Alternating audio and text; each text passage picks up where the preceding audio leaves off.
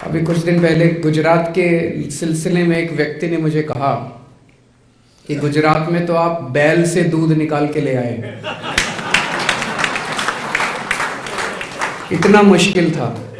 तो मैंने कहा नहीं, पंजाब में भी दूसरी बार बनी थी, यहां भी दूसरी बार में बनेगी। सैनिक जो है वो चाइना का डट के मुकाबला कर रहा है, अपनी जान तक दे रहा है। कई सैनिकों की जान चली गई। और दूसरी तरफ मैं देख रहा था कि हम चाइना को इसका इनाम देते जा रहे हैं। हमारी सरकार, केंद्र सरकार को पता नहीं क्या हो गया, भारतीय जनता पार्टी की सरकार को पता नहीं क्या हो गया, इधर चाइना से हाथ मिलाते हैं। लेकिन जो लोग हमारे देश के अंदर व्यापार कर सकते हैं, उद्योग लगा सकते हैं, मैन्युफैक्चरिंग कर सकते हैं, देश के बच्चों को रोजगार दे सकते हैं, उनके पीछे ईडी छोड़ दी, वो सारे देश छोड़। ऐसे देश कैसे आगे बढ़ेगा?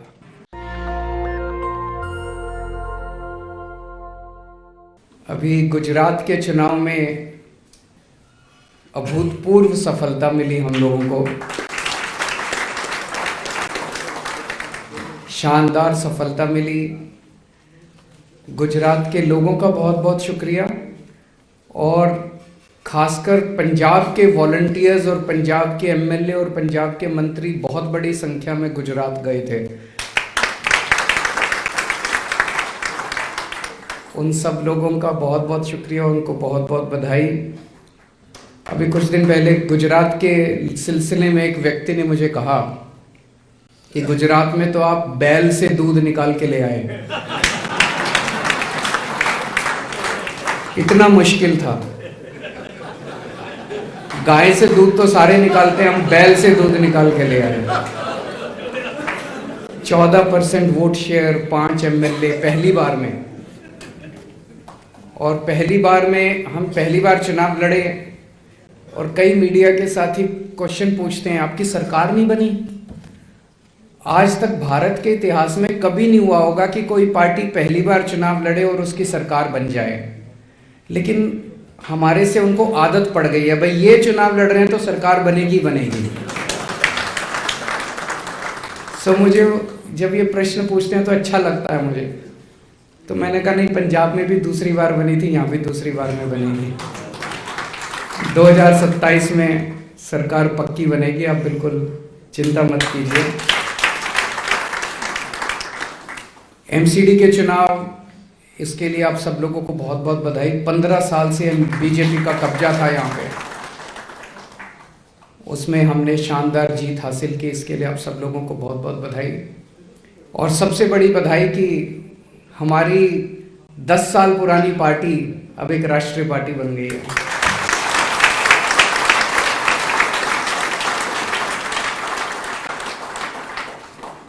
ये भी बड़ी बात है कि राष्ट्रीय पार्टी इतने कम समय के अंदर, शायद हमारी अकेली पार्टी है कि पार्टी बनते ही 1 साल के अंदर दिल्ली में सरकार बन गई। उसके बाद 10 साल के अंदर दूसरे राज्य पंजाब में सरकार बन गई, और 10 साल के अंदर हमारी पार्टी राष्ट्रीय पार्टी बन गई। उसका सबसे बड़ा कारण है कि जो हमारी विचारधारा है, जो हमारा काम है, जो हमारी बातें हैं, हम जनता की बातें कर रहे हैं, हम देश की बातें कर रहे हैं। देश की राजनीति में एक तरह से फ्रेश हवा का झोंका आया है। लोग तंग आ गए थे इन पार्टियों से, वही बातें, वही लड़ाई झगड़ा, वही चुनाव होते थे तो ये उसको गाली देते हैं, वो इसको गाली देते हैं। कोई जनता की बात नहीं करता।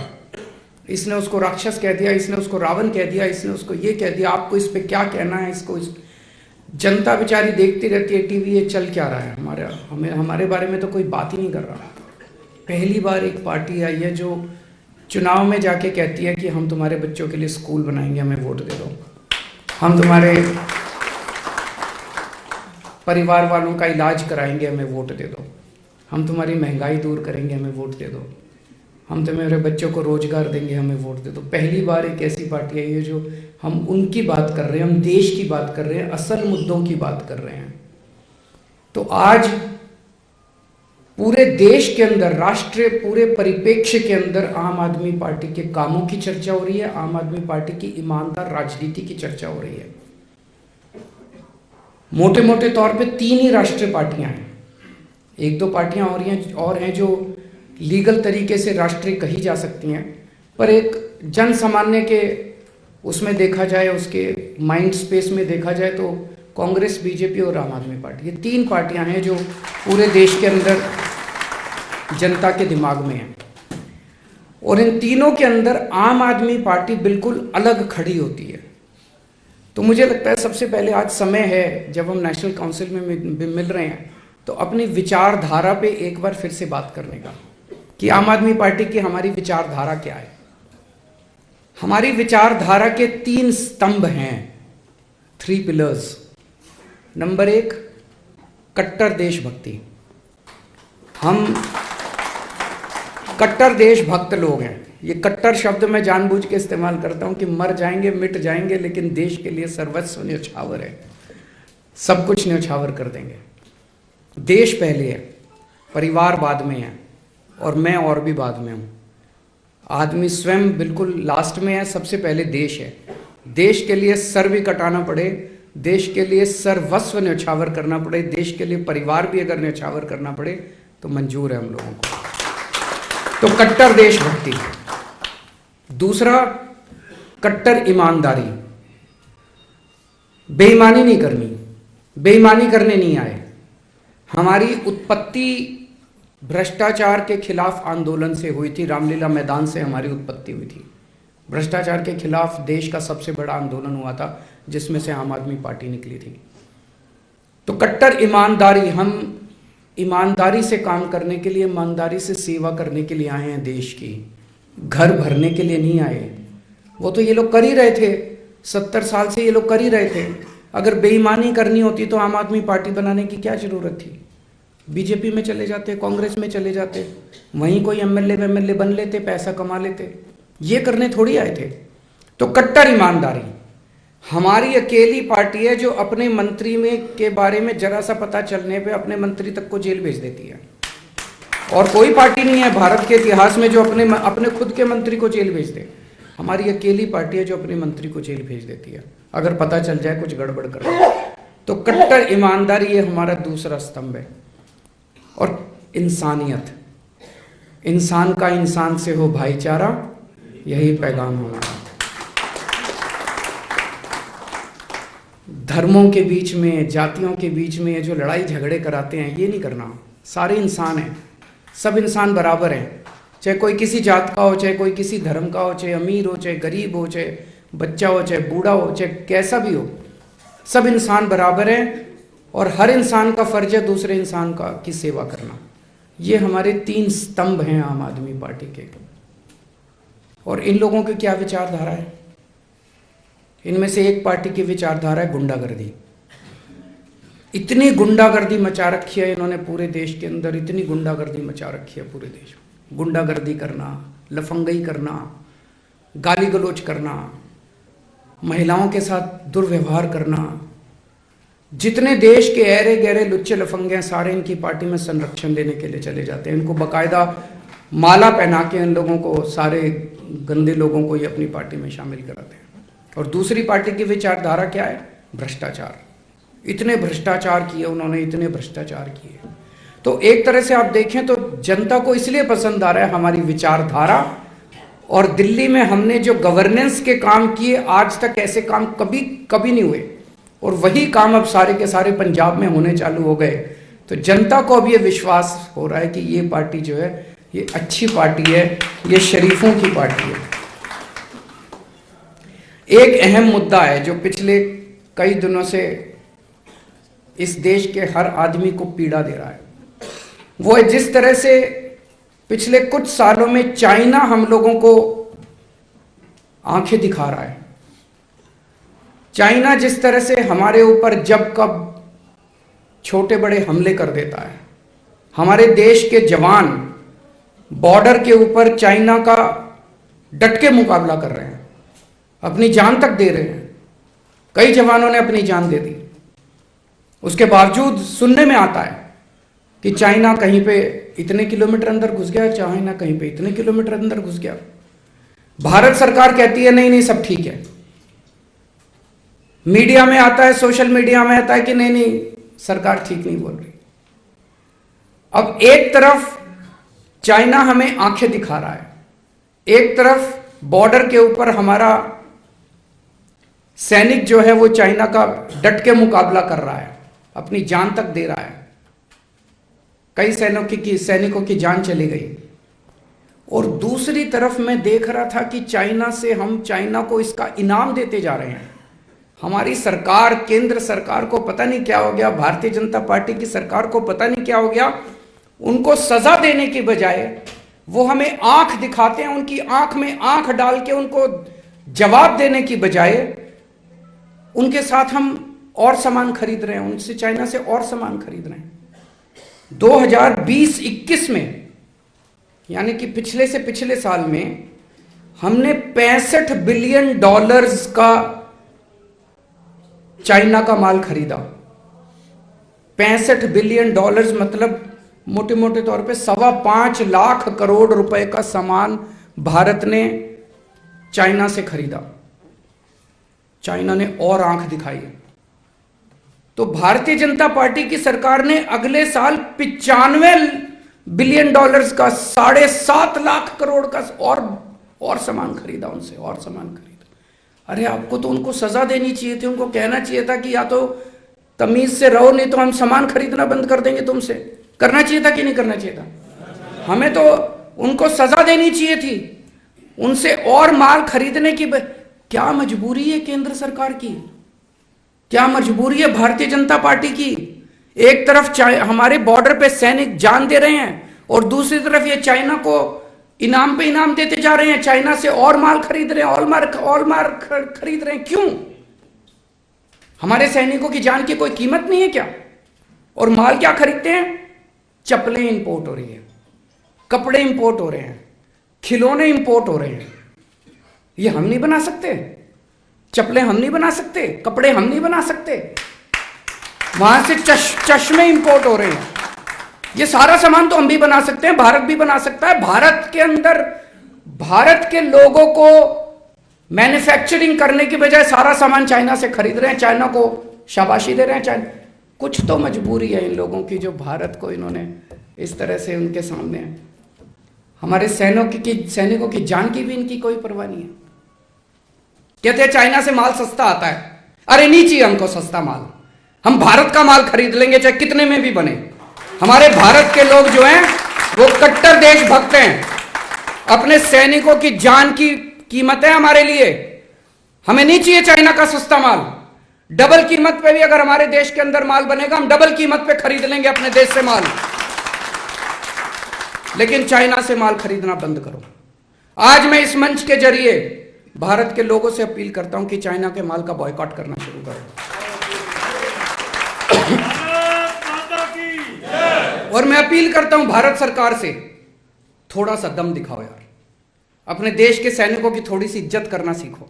भारतीय जनता पार्टी से अपील करता हूं, इस तरह से अपने को गिरवी मत रखो, इस तरह से चाइना के सामने अपना सर मत झुकाओ। ये पार्टी जिस तरह से चाइना के सामने सर झुका रही है, भारत पूरा देश को एक साथ लो, एक एक भारतीय चाइना का सामान बायकॉट। और ये आने वाला, ये 21वीं सदी है, यहां पे कोई ऐसा नहीं है कि एक देश दूसरे देश की जमीन पे कब्जा कर लेता है। ये सारा इकोनॉमी का खेल होता है, सारा व्यापार का खेल है।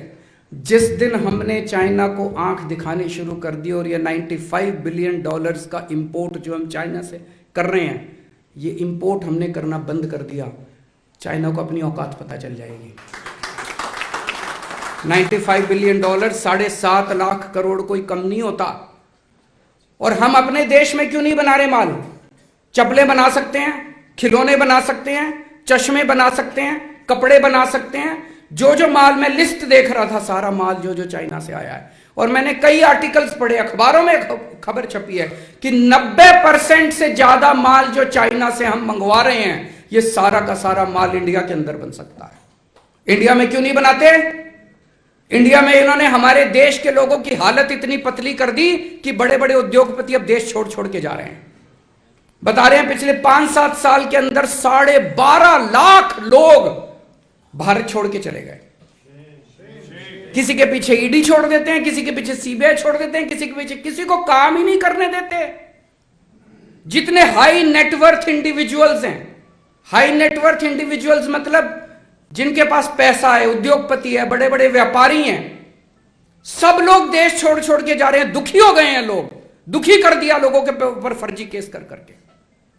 जितने चोर उचक्के हैं उनको नहीं पकड़ेंगे, चोर उचक्कों को अपनी पार्टी में शामिल कर लेंगे, चोर उचक्कों को संरक्षण देंगे।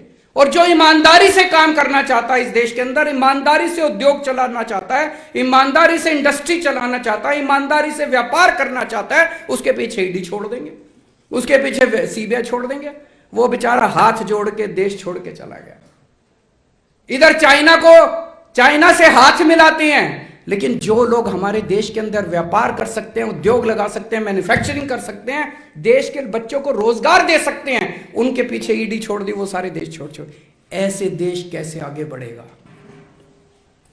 आप इस सब की मैन्युफैक्चरिंग लगाओ। पूरी दुनिया के अंदर जितने इंडियंस हैं, भारत के जितने लोग पूरी दुनिया के अंदर, सबको ले आओ इंडिया में, सबको बोलो इन्वेस्ट करो, हम आपको फैसिलिटीज देंगे, हम आपको जमीन देंगे, हम आपको सारी फैसिलिटीज देंगे, इंडिया में आके मैन्युफैक्चरिंग करो। मैं आपको गारंटी देता हूं, हम चाइना को एक्सपोर्ट करना ना चालू कर दें, इंपोर्ट करने के लिए। इंडियंस को तो तुम भगा रहे हो सबको इंडिया से, और चाइना वालों को गले लगा रहे हो, झूला झुलाते हो चाइना वालों को बुला के। अरे शर्म कर लो थोड़ी सी। तुम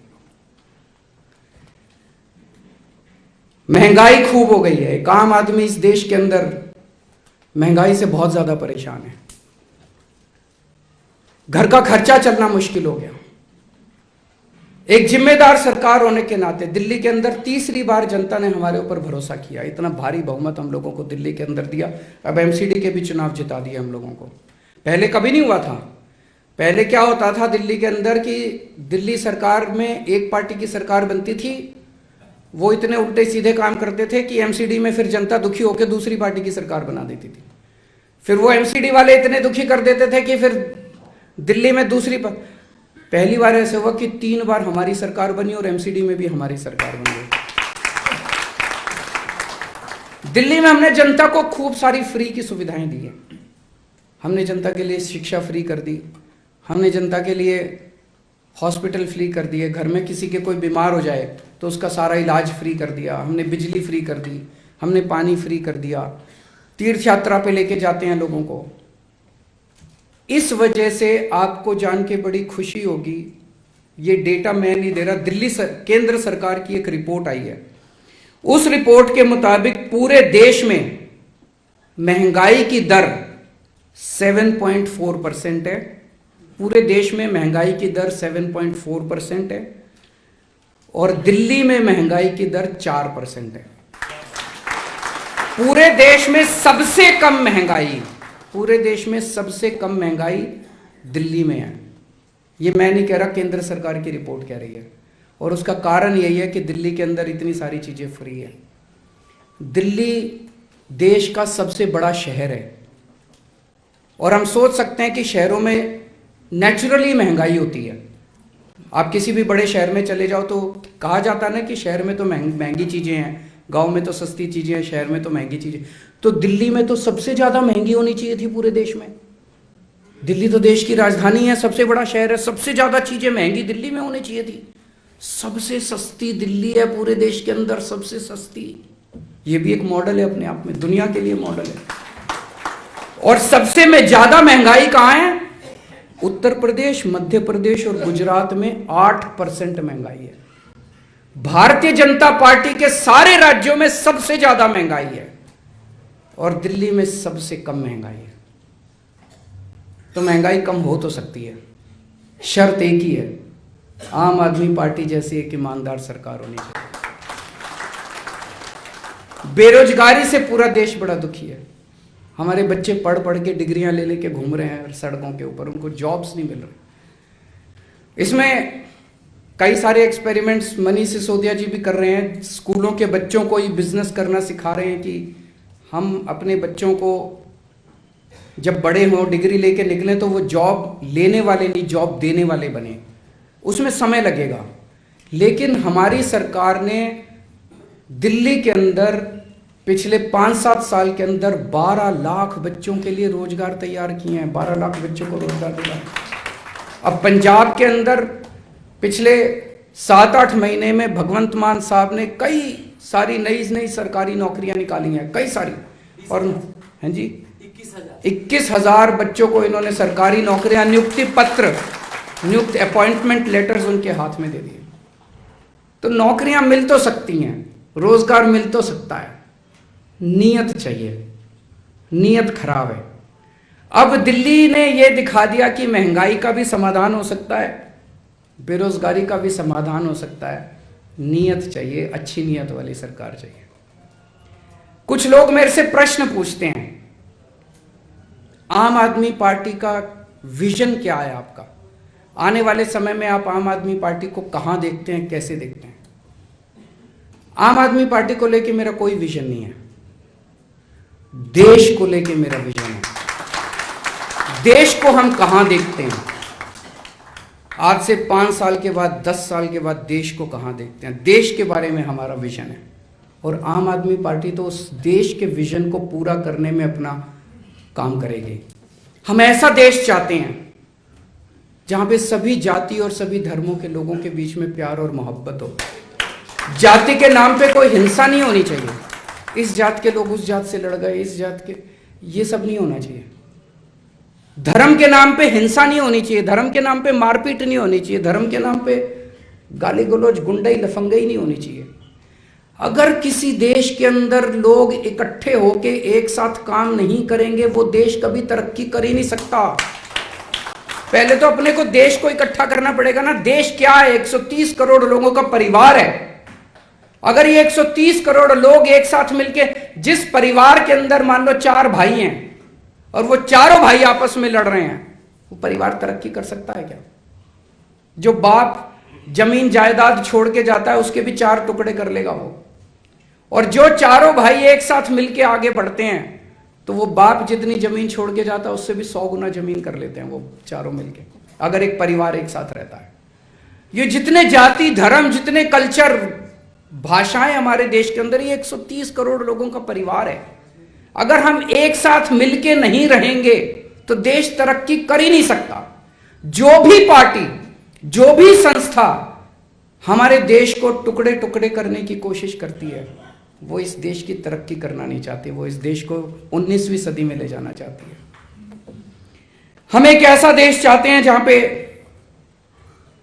कोई भूखा ना सोए, सबको भरपेट रोटी मिले, और केवल अपने अपने लोगों को नहीं, भारत दुनिया को भी रोटी देने के लिए सक्षम बने। हम खुद तो अपना पेट भरें, हम खुद तो अपना पेट भरें, हम दुनिया के भी गरीब देशों का पेट भरने के लिए समर्थ हों।